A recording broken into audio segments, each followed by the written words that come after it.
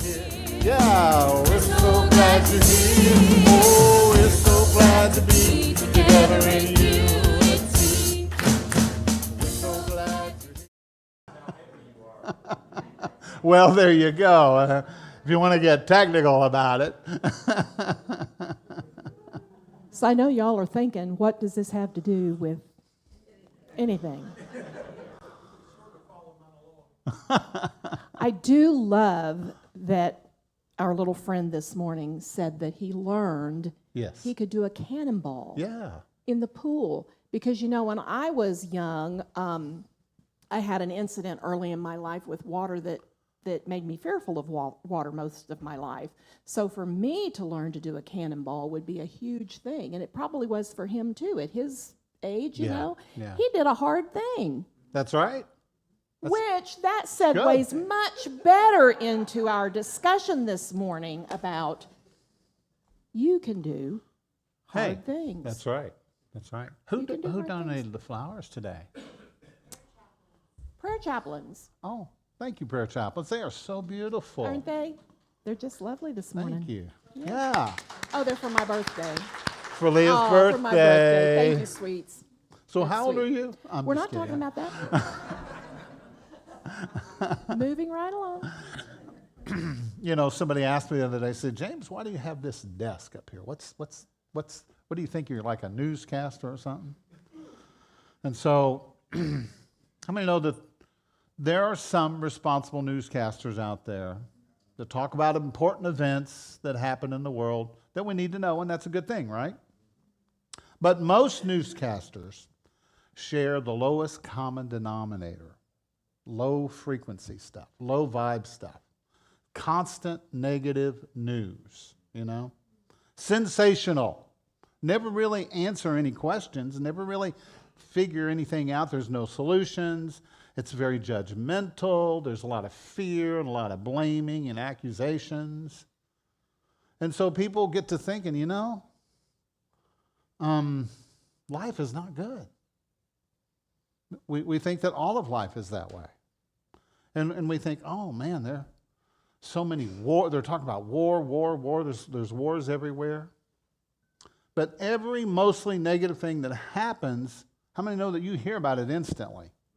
Isn't it true? I'm in the middle of the night.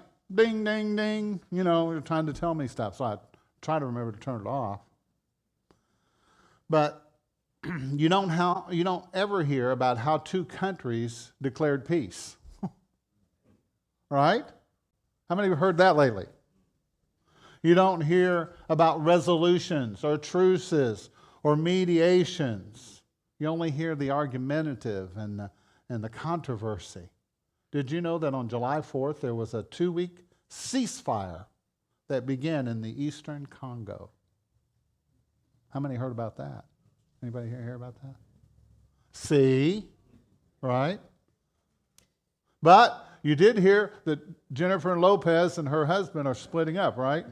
How many heard that? No, I don't know if it's true. I don't know. So the truth is we are at an all-time low for wars on the planet according to our history. Isn't that interesting? How come you never hear that? Did you know that? Now, if you want to be on TV, all you have to do is start saying a bunch of crazy stuff. Right? And you can be on the news. Stay tuned for more mayhem and chaos coming up next. Isn't that the truth? But if you decide to forgive somebody and to reconcile, you won't make the cut. If you heal yourself, so sorry, we're out of time, no time for you. If you experience a transformation in your life, no way, Jose, right? And what does this do? It creates a distorted view or perspective of reality. We start thinking, oh, this is reality. Did you know that two people can stand on the same spot on the planet and be in two totally different worlds? Something to think about, isn't it? I mean, there's a difference between the world and the planet.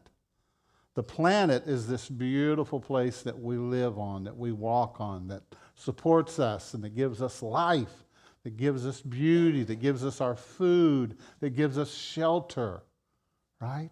But the world is the order of arrangement, you know? It is the agreed upon beliefs that we have about how life should be. How many know that it could be different? And that's what unity is about. We're here to tell you it can be different. It doesn't have to be this way or that way. It can be another way, right? But we have to agree upon it.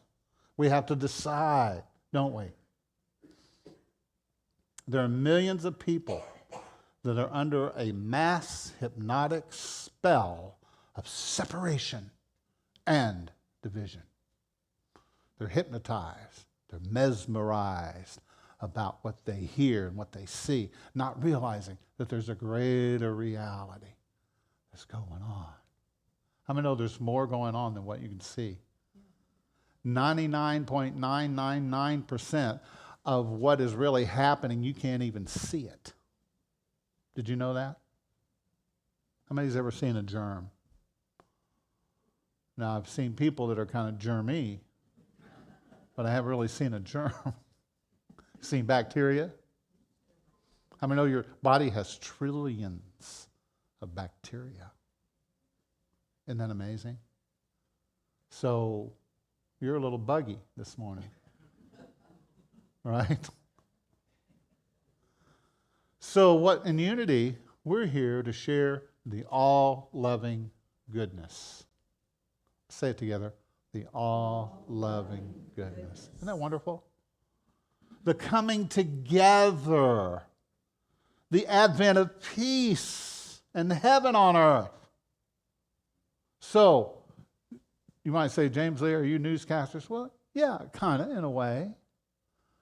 We're broadcasting good news, sharing that people can change their lives if they want to. You can change your mind, change your experience, change the world, right? How many know it starts with you, starts with me, starts with Leah, because it's her birthday, right? So now you're more responsible than you've ever been. That's what happens. Okay. So I want to get serious for just a second. In light of what is happening in the world right now and what happened yesterday, unity does not condone violence of any kind. We implore people to practice respect, responsibility, and reverence for all. And we are praying for peace in our time. Right? We're praying for peace in our time. Right now, there's a lot of stuff going on. But how many know that you and I don't have to participate in the separation? We can participate in the agreeing, the coming together, in the all-loving goodness. Does that sound good? All right. Eric Butterworth said, this is really good, the whole universe is on your side. Life is forever biased on the side of healing, on the side of overcoming, on the side of success. When you center yourself in the universal flow, you synchronize with this divine bias for good. Mm-hmm. But did you get the key in that? When you center yourself in this universal flow. There's some responsibility on our part. We have to do the work of getting ourselves centered in that and remembering that. Mm-hmm. Sometimes that's hard work. It is. You know? Because you have to continue to remind yourself. Yes. It's like the hard work of keeping our thinking straight, keeping our thinking on a, I would say, a narrow path, of good. Yeah. Can be challenging sometimes. Ernest Holmes said, all the power of the universe is with you. All the power of the universe. All of it. Is with you. Feel it, know it, and then act as though it were true. Not a lot of us are acting as if that is true these days, are we? That the whole of the universe is with you. Beautiful words. Yeah. Powerful words. So when I buy into the, oh, I can't do that, it's too hard. I can't overcome that challenge. I can't change that thing about myself. I used to say that about a particular issue that I had a problem with. Well, tell us about it. I grew up in a home, in an alcoholic home, where anger was modeled to me. And that's what I learned. That's what was, that's what was portrayed to me, and I picked that up.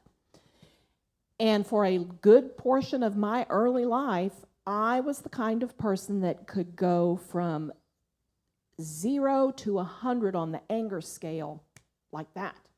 It didn't take much, and I could just flip a switch like that. And I finally came to a point in my life where I realized that not only is this not serving me well, but it's not serving the people who share my home with me, my significant other and my children. It's not serving my larger community, and I really need to do something about this. And James would say something about, did you ever think about getting control of your anger? I've learned there are certain things you don't say. Yeah. What do you mean? No. And I would say, you don't understand. I don't have any control over it. It just hits me, and I'm gone. It's like my head just immediately pops off, And I remember hearing a phrase that forever shifted my thinking in the Course of Miracles that said something to the effect that everything is, it does say that everything is either fear or love. But the idea that you're never really angry for the reason that you think. You're never really angry for the reason you think. So I'm not really angry about the wet towels that got left on the bedroom floor. So if I'm not or on the bathroom floor, if I'm not really angry about that, then what is it? There's something deeper. And as I begin to look at things That was I Chris. No, Chris was very little at that time. It was not Chris. I believe we should all take responsibility. But as I begin to unpack that and I begin to work with that, and when I would feel those things come up, I would stop and I would think, okay, I'm not angry for the reason that I think. And I would begin to look at things a little deeper. Oh, okay, it isn't about the towels on the bathroom floor. It's about being taken advantage of. It's about assuming that I'm going to pick up and take care of and, being taken advantage of. And as I began to work with that, I came to realize that, there is a moment that exists. There's a breath that exists between the feeling of the anger and the exhibiting it, where I could choose something different. There was a space there that I could make use of. Yeah. And stepping into that space for that moment allowed me to go, okay, this is not about what I think it is. What is it about? And do some adjustment, do some fine tuning, right? And finally got to the point where it really takes a lot for me these days to get angry. I may have a little outburst about something in a moment, but to just really get angry, it is really far removed from me these days. So you can do hard things, and there isn't anything that is beyond your reach of being able to change about yourself, about a situation. Yeah. Because many times it's just learned behavior. I'm reacting a certain way because I've been around people who react that way, who act in that way. And I just pick it up by osmosis. I just kind of, buy into it, and then it becomes a part of me, and then I think that's who I am. I'm an angry person. Right. Well, why am I so angry? What have I got to be angry about? Right. You know? And it becomes, believe it or not, dysfunction things that are not pleasant become comfortable to us because it's what we know, it's what we're used to. But you know, we all have these growth edges in our lives in certain areas that we're working on improving. Is there anybody here that doesn't have something in your life that you're working on improving? I didn't see any hands go up, so. I know they're afraid to raise their hands. Well, I said. There's one back there. I said, is there anybody here who is not working on? So that's, okay, so we all are. But you know, a lot of times we don't want to look at those things. We don't want to open that closet full of clutter. We don't enjoy being uncomfortable, and we know that to look at that and to do something about it is likely to take us out of our comfort zone and make us a little uncomfortable. Yeah. And, here's a biggie, and we're afraid of losing control. Yeah. When I express my anger and I roll over into that, I know who's in control, right? But to say, hey, this isn't about that. This is about me, my feeling about something. All of a sudden, it's a vulnerability. I'm in a vulnerable moment, and maybe I'm going to have to be okay with that and know that I'm not in control about something. Yeah. That's that fantastic. can be a huge one. Absolutely. And sometimes discomfort is a clue that you're moving in the right direction. Say it with me. Rather than a reason to revert to old behaviors. You see that? Sometimes when you are pushing it up against your growth edges, your growing edges, you will be uncomfortable. It won't feel natural. It won't feel good, right? It would be easier just to get mad, right? Get upset, lose it for a little bit, because that's what you're used to doing. That's the easy way out. Or the easy way out is to say, the devil made me do it. Yeah, there you go. Then I don't have to do any personal work. It reminds me of the story of, I don't know if it's all birds or just the eagle in particular, but when the babies are ready to leave the nest, yeah, they stir up the nest. The mama stirs up that nest and keeps it from being a comfortable spot and makes it more prickly with the little twigs and stuff, so it forces the bird to think about, hey, this is not the cushy place it used to be. I need to get out of here, and taking that flight. It's that discomfort is what sometimes pushes us to the edge and causes us to jump off. So we can learn to fly, right? Yeah. It's not that you're being picked on when things happen. That's what a lot of people think. The universe is picking on me. No. The universe says, hey, you have such great potential that you're not living up to just yet. So let's get out of the nest. Let's move out of our box that we put ourselves in and see and test our wings to see if we can fly. Yeah. Right? Yeah. Let's just see if we can do it. Let's just see what happens. See if we can do that cannonball in the deep end of the pool. Yeah. Yeah. Oftentimes, whatever areas in your life you're having the most trouble with, those are the areas and the issues that if you will tackle them and you will confront them and deal with them, you will reap the most benefit. That's really powerful, right? Choosing only to do the easy stuff all the time keeps you from pushing your boundaries and your limitations.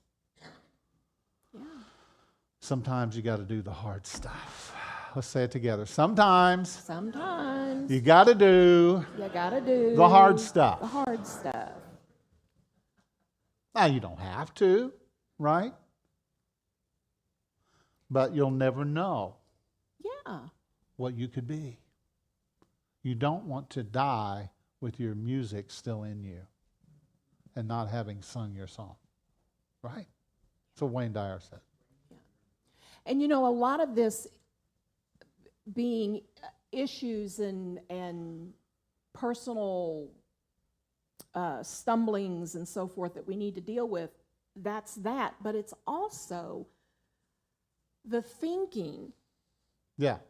Sometimes some of us deal daily with remembering that, oh yeah, I'm not separate. I am one with everything. Yeah. That can be a hard task to remember every day, in every moment, that, oh yes, I'm not separate, I'm one. That is to have the discipline to bring myself back to what I know, to the truth. That can be a hard thing because it requires something of us. It's so much easier to just,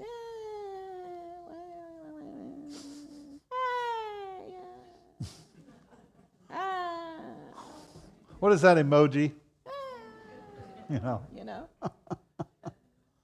Life will remain unchanged without a change in perspective. Right? In other words, if you like what you're getting and you want to continue getting what you've always got, don't change your perspective. Try to keep it the same. But what you'll discover is it doesn't work. It doesn't work, does it? Yeah. And we get stuck in those same cycles over the same old, the challenges.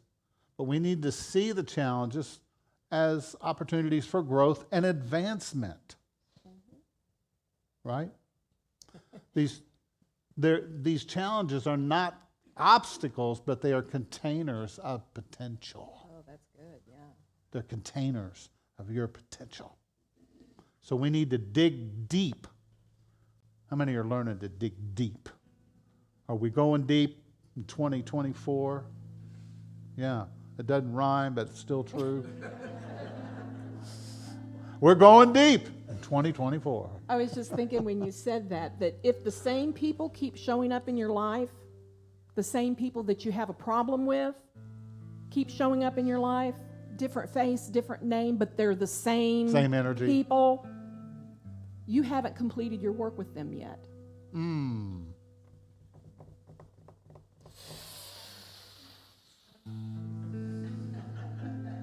They won't stop showing up until you finish the work with them. Our greatest revelations come from facing the areas of our hidden weaknesses.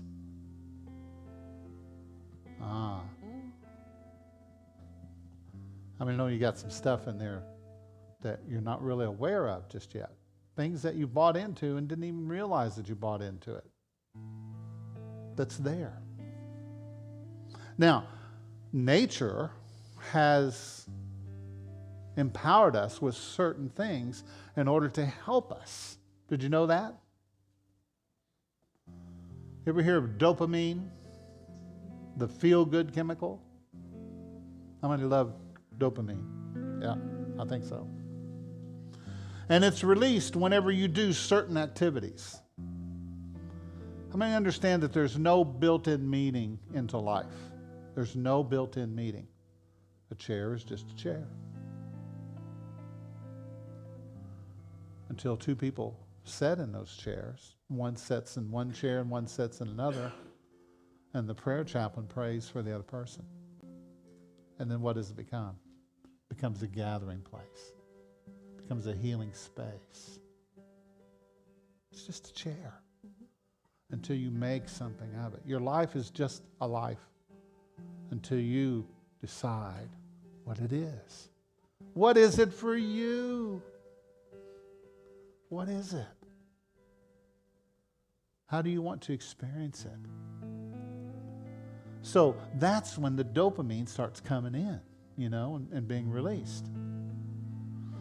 So you have to ask yourself, is what I'm doing really pleasurable? Because how many know that you determine what's fun, what's good, and what's right, and what's enjoyable?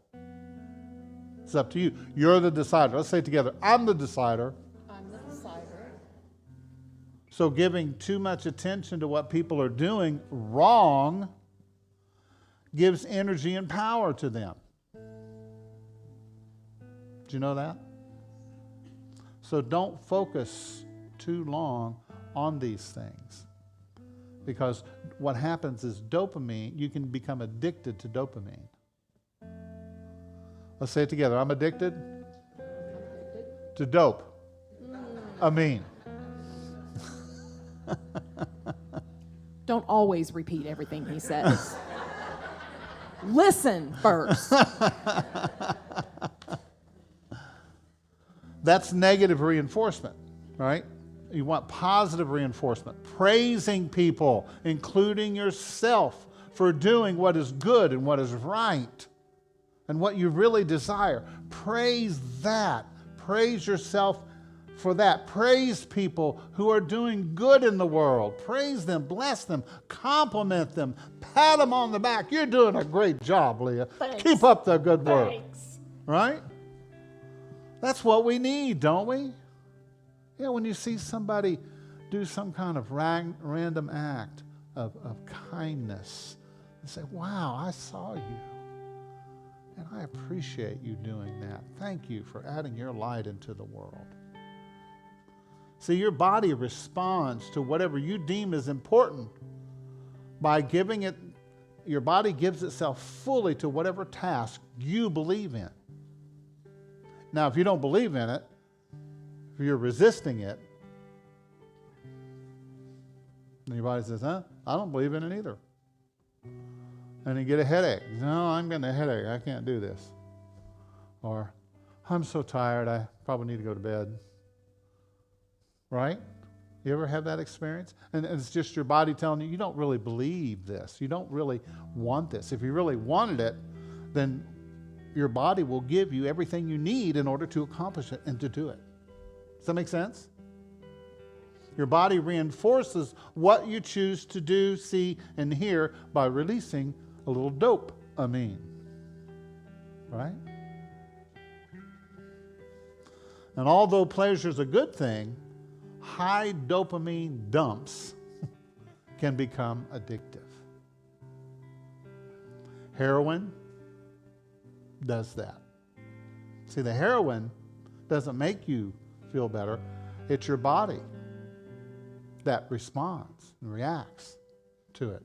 The crack, the opioids, the sugar. Say it with me, sugar. Sugar. Right? Even phones and devices can be addictive and cause dopamine dumps into your system. And how do you know if you're addicted to something? Because whenever you try to stop, you go through withdrawal symptoms.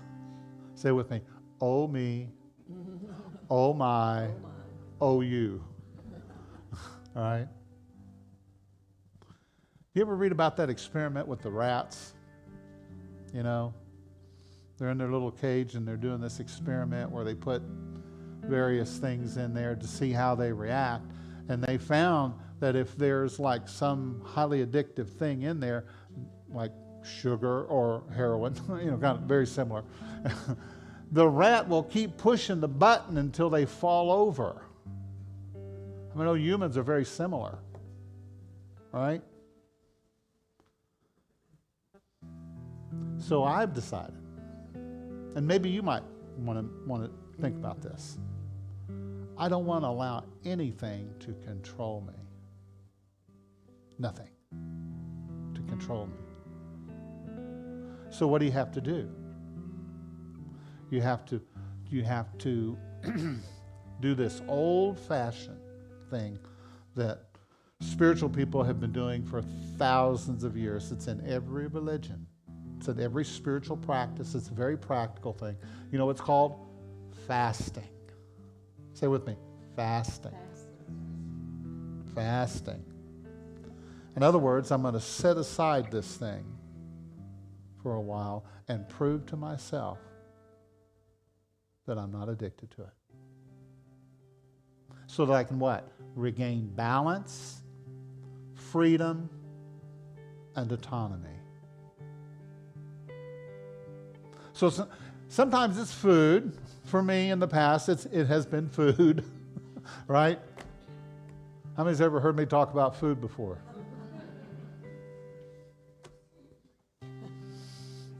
I'm just saying. Yeah. Yeah. Very good. You guys are paying attention. Do what?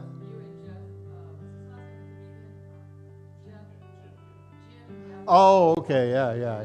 He's a funny guy. See, it's a learning how to be. To just be. Just to be who you are. Right?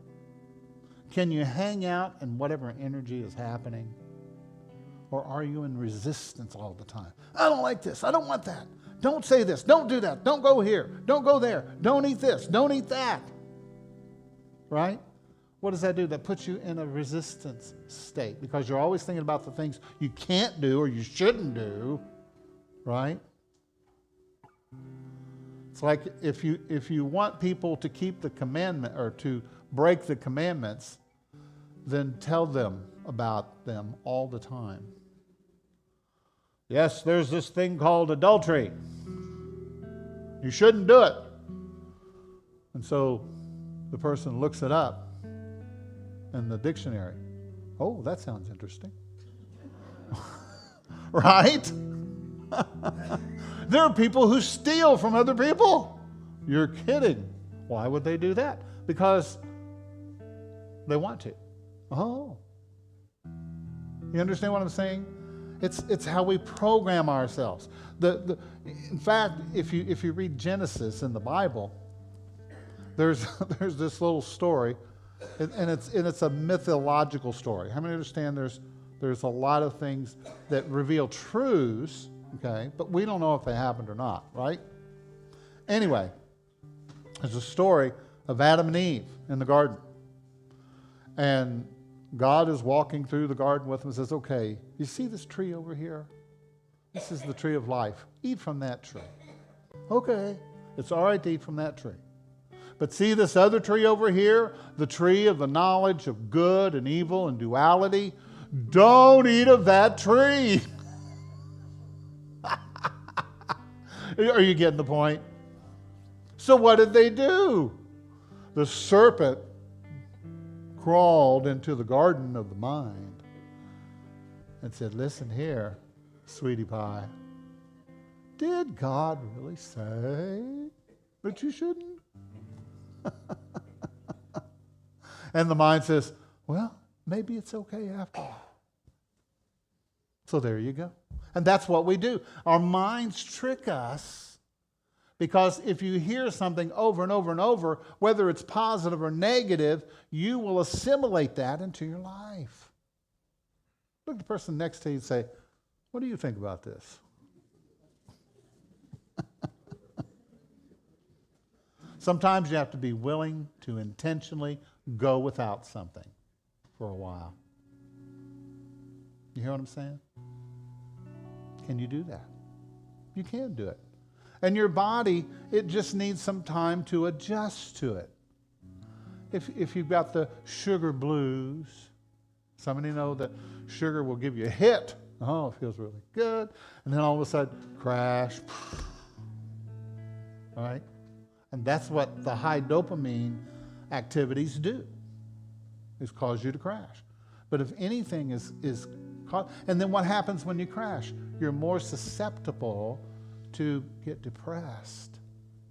You're more susceptible to the low vibrations that exist in the world. Are you getting this morning? Are you getting this? It's like going to the store, you know. Most people, most of the time, buy on impulse. You see it and you say, oh, I got to have that. And the dopamine is released. Ooh, if I had that, I could really be happy. I could really be excited. I could really, So you get it and you take it home and you say, oh, this is wonderful. And then you put it in the closet and you never ever look at it ever again. Isn't that the truth? That's what we do. Job 12:7 says, don't be lazy. Watch the ants to discover great wisdom. You ever see an ant? Right now is the season where the ants are coming out, aren't they? We saw a couple in our kitchen the other day. You know, they're very persistent and they're consistent, aren't they? They never give up. That's the way of ants. The unique way that ants approach their work and their lives is characterized by their perseverance, their discipline, their strong focus on the collective good, because they're working together. It's not just the one ant that you see, it's all the other ants that you don't see that they're working for. So look at the ants. Do you know that an ant can lift 50 times its own weight? How many know that you are stronger than you think you are? You are stronger than you think you are. You can overcome and walk through more than you ever realized. Whatever happens in this world, how many know you're going to get through it? Let's say it together. I'm going to get through it. Right? Doesn't matter what it is. I'm going to get through it. So how do you spend your days? D-A-Z-E. Or your days, D-A-Y-S. Are we hypnotized by repetitious behavior? What does Catherine Ponder say? Catherine Ponder says, why settle for so little when you can have so much just by daring to be different in your thinking?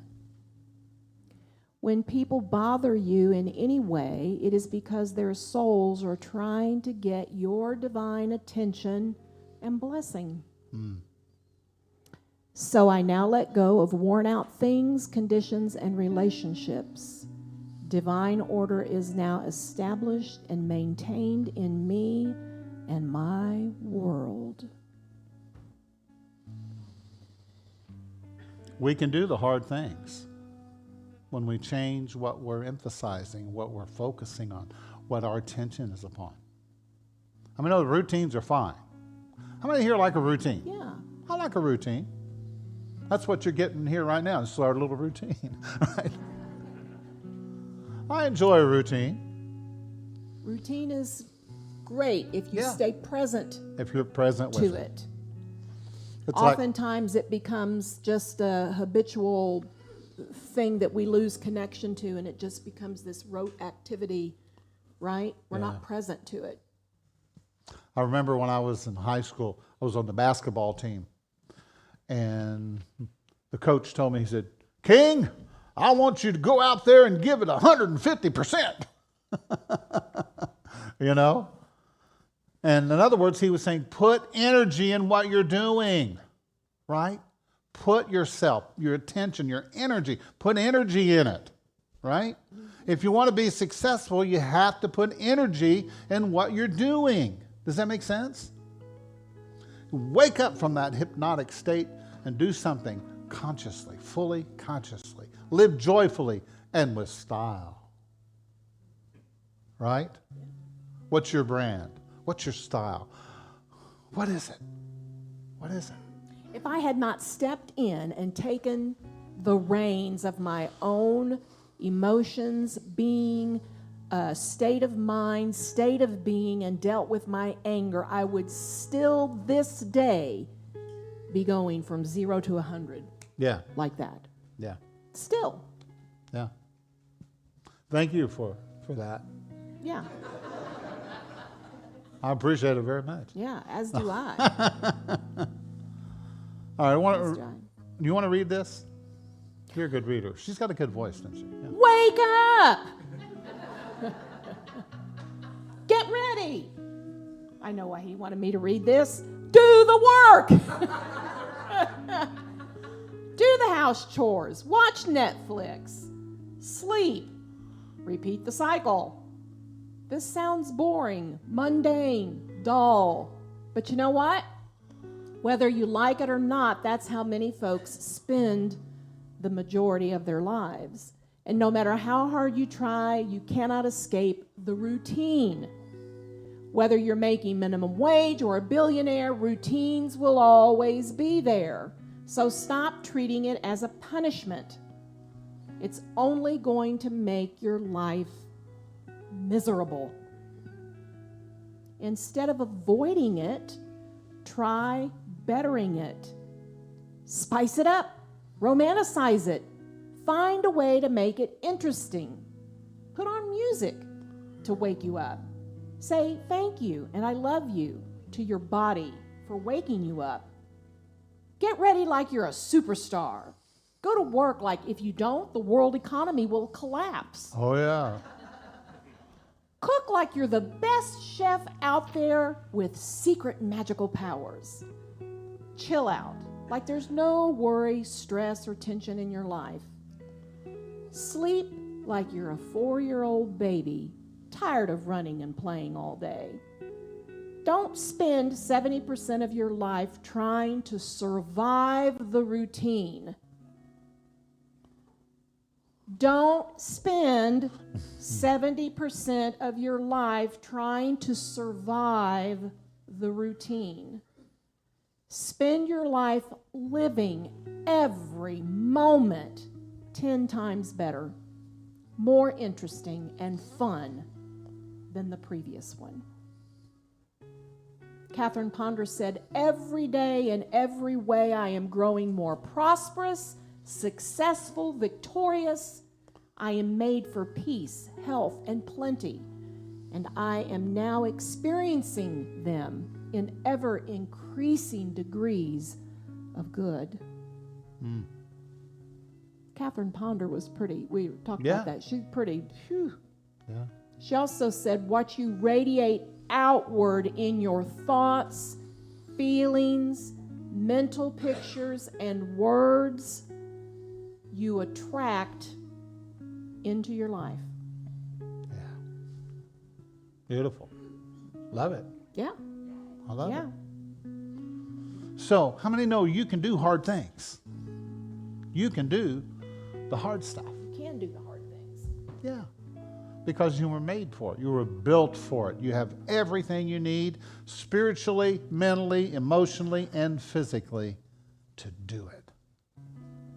You just got to learn to set some things aside that you don't need for a while, right?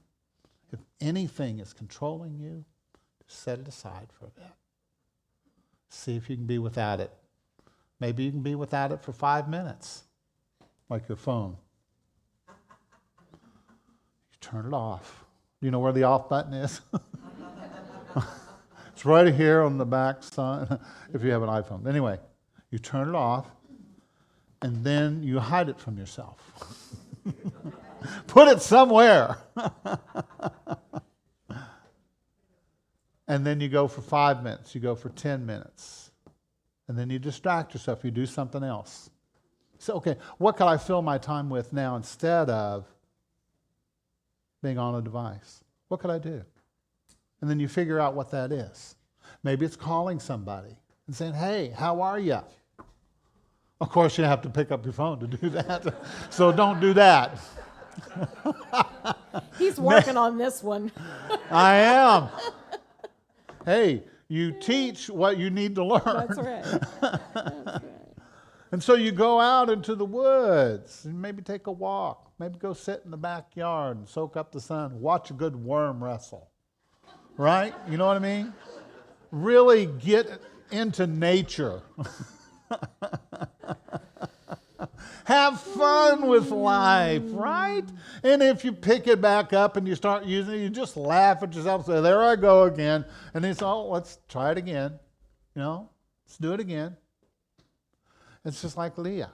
You know, you create that space between you and whatever it is. And the more you can set it down and put it over here and keep putting it over there, even though it keeps coming back, you keep putting it over there and keep focusing over here, eventually you'll create more psychological space between you and whatever that is. And then there comes a severing that happens, a detachment that happens, and then you are empowered to you use your phone instead of your phone using you. Hallelujah. Right? There were plenty of times when I was working on getting control of my anger. One of the things that I did was learn to count to 10 internally, and there were many, many times that I only made it to 2, to 3, to 5, right? So we just keep doing it. We just keep doing what we know in the practice to do. And eventually, you do create that space where, I can get to 10 seconds before I say anything or react. So you just keep on. So take all of that. Just take a nice deep breath. Knowing that you can do hard things. We can do it. We can. We can take control of our thinking. We can take control of the areas of our life that we want to change. We can do it. How often have I felt disappointed when something did not work out as I had planned or hoped, only to discover a blessing that I had not anticipated? Understanding that a seeming obstacle may actually be an unrecognized opportunity, I resist the temptation to wonder why the setback is happening. Instead, I pray, asking what is mine to do. I may receive guidance to wait for a better time to pursue my plan, or perhaps an insight will arise out of what appeared to be failure, showing me a way forward that will accomplish even greater good. Affirming divine order keeps me patient and trusting in right outcomes in all situations. So let's affirm together, during times of uncertainty, I trust divine order. Together. During times of uncertainty, I trust divine order. Perfect. Let's get comfortable where we're at. We're going to turn down the lights and just kind of, if you want to close your eyes, you can. You can keep your eyes open. Whatever you want to do, it's okay. I know you're in a safe space. So just breathe. You might breathe your eyes closed, maybe even. Just kind of breathing, resting.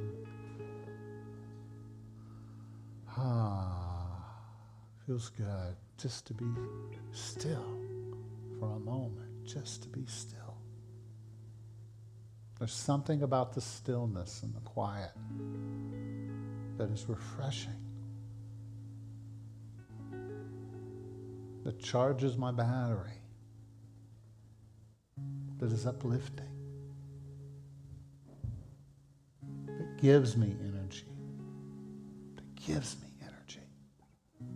so many things in the world that take from us, but being still in the stillness gives us life.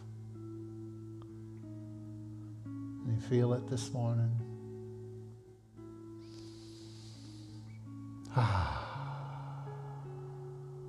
I'm grateful for those quiet moments of reflection, those moments of joy,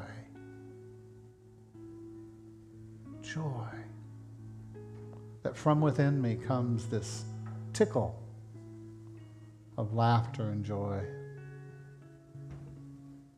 I'm glad I'm alive. I'm glad I'm here right now, because I'm here on purpose. I have a purpose.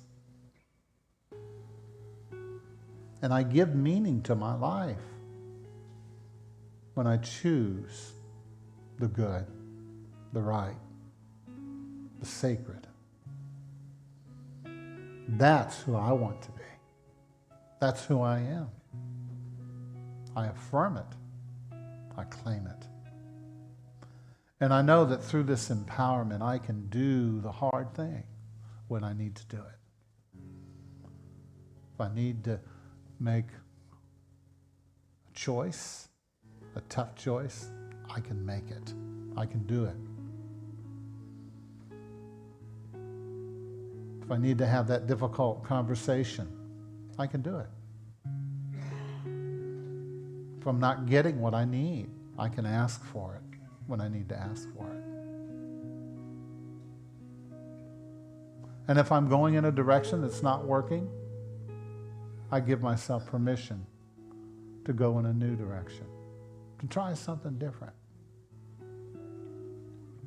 Maybe I just needed to have that experience with that particular situation, but now it's over, and I let it be over. I can set down those things that I have been addicted to. I can let go of them. I can release them, surrendering to the divine power within and allowing for the healing, allowing for the potential to be realized, for my mind to open, my heart to open, and experience that newness and freshness. So with gratitude, I invite you now to hold your loved ones, your family, your friends. Let us hold each other this morning in the spirit of love and appreciation. I'm grateful for the people around me. I know they're just like me, making changes. They're on the journey. They're unique in their own way, doing their own thing. But I'm supportive. I'm here for you. We're all in relationship with each other, with our world, with all the people.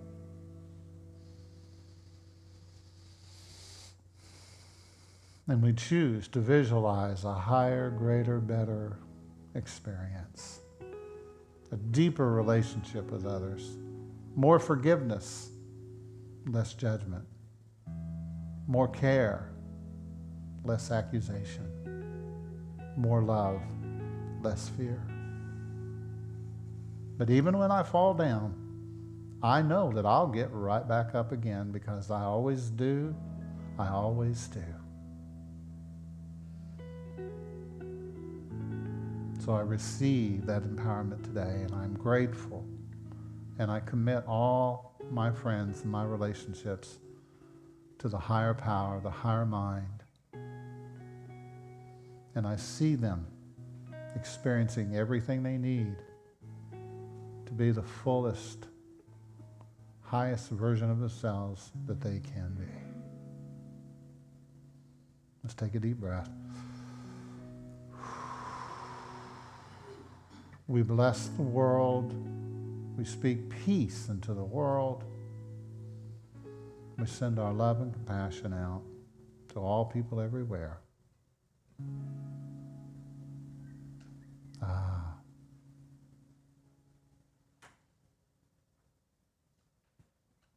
And so now, in the name of the living Christ, all that is sacred, holy, and good, so be it, and so it is.